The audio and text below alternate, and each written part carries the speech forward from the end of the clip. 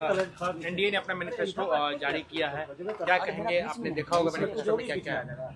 आज देखिए, आज हम लोगों ने देखा कि मैनिफेस्टो जो है जारी जैसे किया गया वैसे ही ख़त्म भी होगी। यानी 30 सेकंड के अंदर जो है इनकी घोषणा पत्र का जो कार्यक्रम था वो ख़त्म हो गया है।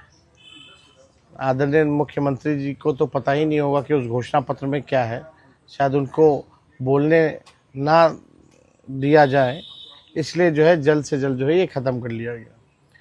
लेकिन हम तो कहना चाहते, जो हमने घोषणा पत्र देखा, एनडीए के लोगों को सॉरी पत्र लाना चाहिए और बिहार के 14 करोड़ जनता से सॉरी बोलना चाहिए था कि 20 साल से भी राज करने के बाद भी सबसे गरीब राज्य बिहार, कोई कारखाने नहीं, कोई निवेश नहीं, हर सेक्टर में जो है ये सरकार फेल रही, इसलिए इनको सॉरी पत्र लाना चाहिए था।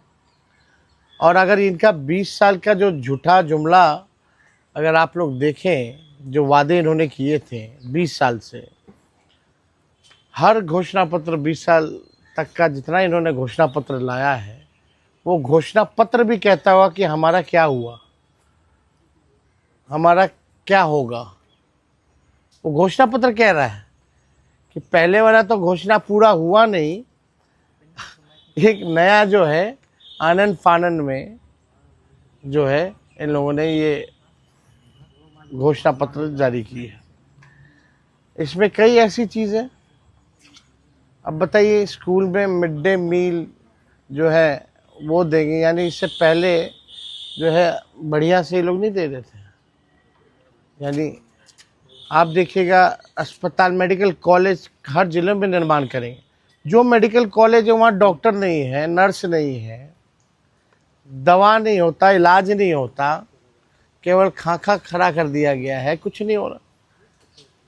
तो उस हिसाब से अगर आप देखें तो इन लोगों को सॉरी पत्र ला करके इन लोगों को माफ़ी, बिहार 14 करोड़ बिहार की जनता से माफ़ी मांगनी चाहिए। और ये तो ताज्जुब की बात है कि भाई 30 सेकंड में ही पूरा, हम लोगों ने भी घोषणा पत्र जारी किया, हम लोगों ने भी विजन को रखा, हम सब नेताओं ने अपनी बात को रखा। ये कौन सी बात हुई कि कोई बात ही नहीं की गई। तो बड़ा अजब और गजब का आज का इनका घोषणा पत्र का समारोह जो था वो देखने को मिला। केजी से पीजी तक पढ़ाई और रोजगार की बात, महिलाओं को लेकर लखपति तो ये तो आप देखिएगा जो भी बातें हैं, हर जिले में फैक्ट्री, भाई 20 साल से क्यों नहीं लगा रहे थे फैक्ट्री। और अमित शाह जी ने तो कह दिया कि भूमि की कमी है। तो ये केवल जुमला है। बिहार की जनता इनके चाल और चरित्र को पहचान चुकी है। इस बार करारा जवाब बिहार की जनता देगी। महागठबंधन की सरकार बनेगी और बिहार के लोग बेरोजगारी को ख़त्म करना चाहते हैं। इन लोगों ने इतना बेरोजगारी, महंगाई, गरीबी बढ़ा दी। आप देखिएगा 94 लाख ऐसे परिवार, गरीब परिवार का, उनका क्या है इसमें? उनको कैसे मुख्य धारा में लाएंगे, आर्थिक न्याय उनके साथ कैसे करेंगे? कोई बात नहीं, कोई जिक्र नहीं। आपने सरकारी नौकरी जो कहा उसको भी कॉपी कर आप बोलते हैं नकलची है। नकल तो कर ही रही, हर एक चीज का नकल कर दिया। 1 करोड़ नौकरियां रोजगार देंगे, हमसे पूछते हैं कि कहाँ से देंगे, ये कहाँ से देंगे, तो ये तो बताएं। आचार संहिता लागू है और गोलीबारी की घटना हुई है मोकामा में, जिस तरीके से गोली चली, एक व्यक्ति की मौत भी हो गई है। देखिए, लोकतंत्र में हिंसा की कोई जगह नहीं होनी चाहिए। और ये ताज्जुब में है हम लोग कि कोई व्यक्ति जो है अपने काफिला, एक तो 40-40 गाड़ियों का काफिला, और तो और हथियारों के साथ लैस, कैसे घूम सकता है? इलेक्शन कमीशन क्या कर रही है? प्रशासन क्या कर रहा है? अब तक क्या कार्रवाई की गई है?